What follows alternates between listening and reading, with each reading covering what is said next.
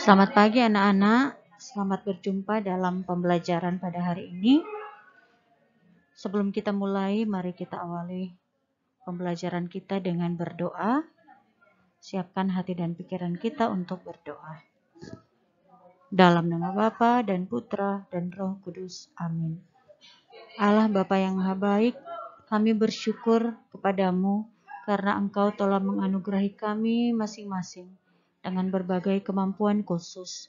Bimbinglah kami agar setia mengembangkannya dan sadarkanlah kami pula akan keterbatasan yang kami miliki, sehingga kami dapat saling belajar dan saling membantu serta bersedia bekerja sama demi perkembangan kami, demi pelayanan kepada sesama.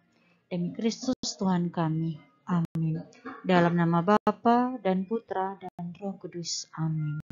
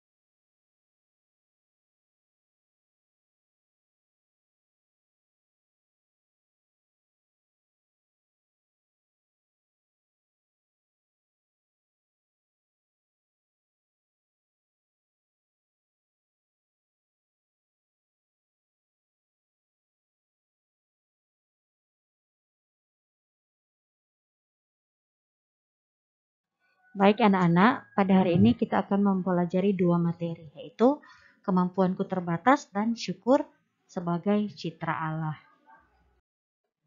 Anak-anak yang baik, setiap manusia mempunyai keterbatasan. Ya. Keterbatasan tersebut dapat berupa keterbatasan fisik atau keterbatasan kemampuan. Begitu juga dengan kita, ya. Masing-masing pasti mempunyai keterbatasan kemampuan yang berbeda-beda. Nah, di sini ada beberapa contoh kasus ya.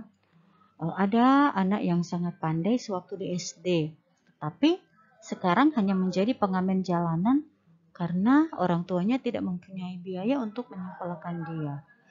Selanjutnya ada juga anak keluarga kaya dan serba kecukupan, tetapi sekarang hanya menjadi pedagang asongan karena malas sekolah dan sering tidak naik kelas. Ada juga anak yang pandai dalam pelajaran, tetapi di sekolah tidak punya teman karena ia memiliki sifat pemalu dan kurang bergaul. Nah, anak-anak, keterbatasan apapun bila disikapi secara positif tentu dapat menjadi peluang kita untuk berkembang, ya. Kalian dapat menyaksikan sendiri banyak orang cacat yang menjadi terkenal. Banyak orang yang kurang pandai dalam matematika tetapi sukses jadi pengusaha. Banyak juga orang yang berasal dari pelosok kampung yang ke sekolah harus berjalan kaki puluhan kilometer dan fasilitas belajarnya sangat minim dapat menjadi juara olimpiade. Dan masih banyak lagi contoh yang dapat ditemukan, ya.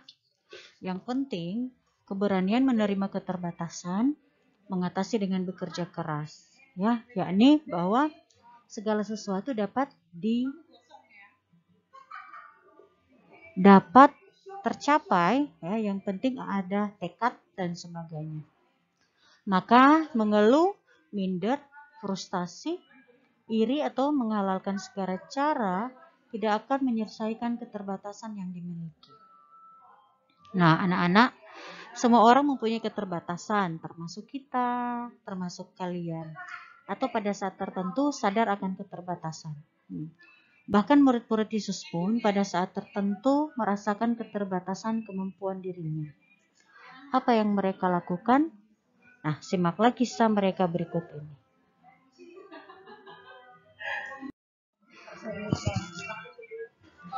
Nah, anak-anak, kisah angin ribut diredakan pada Injil Markus. Nah, di sini Yesus meredakan angin ribut ya dalam kisah ini. Nanti bisa kamu baca ya. Markus bab 4 ayat 35 sampai 41.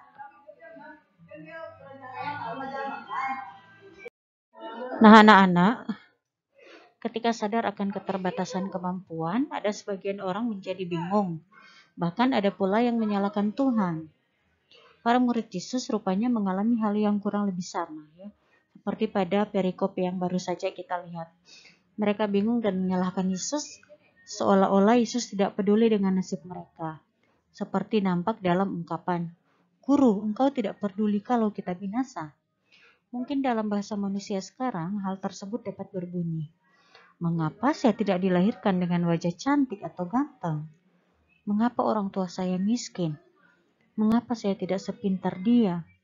Mengapa engkau menciptakan aku dalam keadaan cacat?" Nah, anak-anak, dari kutipan-kutipan di atas, ketika kita sadar akan keterbatasan kemampuannya, ya, para murid Yesus pergi mencari pertolongan Yesus. Mereka sadar bahwa saat menghadapi keterbatasan, manusia perlu memberanikan diri meminta bantuan orang lain, terutama Tuhan. Nah, di sini ada dua pesan yang dapat disampaikan dari kisah Yesus meredakan angin ribut. Yang pertama, menguatkan keyakinan iman kita bahwa di balik keterbatasan yang dimiliki pada setiap orang, pada saat manusia diciptakan, Allah bermaksud supaya manusia dapat saling membantu dan bekerja sama satu sama lain untuk saling mengembangkan dan menyempurnakan. Bukan masuk Tuhan untuk bersikap tidak adil.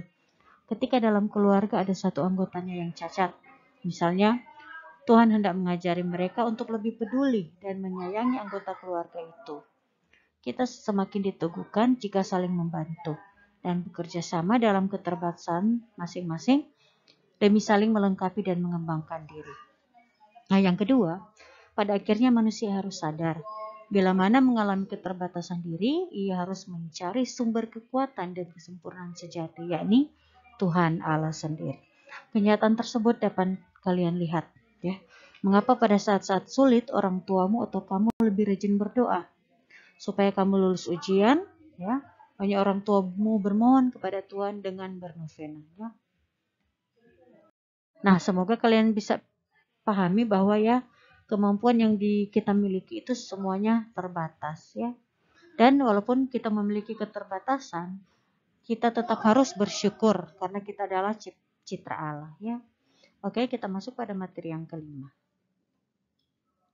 Anak-anak, gereja mengajak kepada kita untuk senantiasa bersyukur, karena hanya manusia yang mampu bersyukur. Ya kan? Hewan, tumbuhan mau bersyukur gimana? Ya, manusia mampu bersyukur karena apa? Kita sebagai citranya. Allah telah membekali manusia dengan akal budi, hati nurani, serta roh. Semua itu memampukan manusia untuk senantiasa mencari Allah dan mengarahkan hidup sesuai dengan kehendak Allah. Nah, lewat akal budi, hati nurani, dan roh, manusia beriman, mampu mengamini bahwa sesungguhnya hidup manusia dengan segala pengalamannya, baik itu manis, baik itu pahit, menyenangkan atau tidak menyenangkan, dan segala keadaannya, sempurna atau tidak sempurna, cantik atau tampan, atau kurang cantik dan kurang tampan, tidak pernah lepas dari peran Allah Sang Pencipta. Nah, anak-anak, hidup yang kita alami apapun keadaannya sesungguhnya merupakan bukti pemeliharaan dan cinta Tuhan. Selayaknya Allah, manusia pun bertumbuh menjadi pribadi yang penuh syukur kepadanya. Nah, untuk dapat diketahui bahwa manusia akan bersyukur apabila mampu mengagumi keindahan dan karya serta penyertaan Tuhan dalam hidupnya. Mengakui bahwa apa yang dilakukan Tuhan tersebut sebagai cara untuk mencintai dirinya. Mengungkapkan dengan ibadat dan mewujudkan syukur dalam hidup sehari-hari melalui tindakan. Ini yang penting ya. Nah, ini pandangan Kristiani tentang syukur atas hidup ya. Dapat kita lihat dari Injil Lukas bab 17 ayat 11 sampai 19 tentang ke-10 orang kusta. Jadi dari ke-10 orang kusta ini ada satu orang yang kembali bersyukur kepada Allah, bersyukur kepada Tuhan ya. Siapakah dia yang dimaksud? Nah, anak-anak, ada 10 orang yang merasakan karya keselamatan Allah dalam dirinya melalui penyembuhan atas penyakitnya. Tetapi dari 10 orang yang disembuhkan, ternyata hanya satu orang yang bersyukur. Dalam kisah, kebetulan orang itu adalah orang Samaria. Nah, anak-anak, untuk diketahui bahwa pada zaman Yesus, Samaria adalah daerah di mana penduduknya dibenci oleh orang-orang Yahudi karena agama di mana mereka dianggap kafir dan kebiasaannya berbeda dengan orang Yahudi pada umumnya. Nah, ternyata dari 10 orang itu, 9 orang yang menganggap dirinya sebagai orang beriman dan satu orang yang dianggap kafir atau tidak percaya kepada Allah. Tetapi anehnya, mengapa yang sering dicap sebagai orang kafir itulah yang datang kembali untuk bersyukur.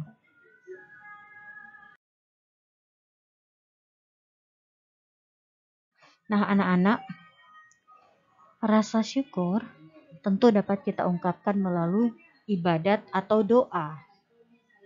Dan doa dapat diwujudkan melalui apa? Tindakan nyata, ya. Tindakan nyata dalam kehidupan sehari-hari. Misalnya, menolong sesama yang menderita, berusaha hidup baik, memelihara kehidupan itu sendiri, misalnya menjaga kesehatan, menjaga kebersihan, menjauhi obat-obatan terlarang. Nah, tentu juga menjaga kehidupan orang lain seperti apa? Menolong orang yang miskin, ya, membantu orang yang susah. Nah, dan juga kita harus membiasakan bersyukur atas peristiwa hidup baik itu suka maupun duka. Jadi jangan hanya kita bersyukur kepada Tuhan karena kita gembira, ya. Pada saat kita sedih, kita susah, harusnya kita tetap harus bersyukur kepada Tuhan, ya. Bersyukur bahwa kita masih diberikan kesempatan untuk hidup, ya, seperti itu. Oke? Bisa dipahami sampai sini ya? Oke, baik. Baik anak-anak, materi kita pada hari ini sudah selesai. Sebelum kita mengakhirinya, kita tutup dengan doa ya. Siapkan hati dan pikiran kita untuk berdoa, sikap yang baik ya. Marilah kita berdoa dalam nama Bapa dan Putra dan Roh Kudus. Amin. Allah Bapa yang Maha Baik, kami bersyukur kepadamu atas cinta dan kasih-Mu kepada kami semua. Karena Engkau menganugerahi kami akal budi, hati nurani, kehendak bebas, keterampilan, dan kebaikan-kebaikan yang kami miliki sekarang ini. Semoga apa yang telah kami miliki dapat terus kami syukuri dan kembangkan demi kerajaan Allah. Demi Kristus Tuhan kami. Amin. Dalam nama Bapa dan Putra dan Roh Kudus. Amin. Oke, terima kasih untuk perhatian kalian sampai hari ini. Sampai jumpa minggu depan ya. Bye-bye.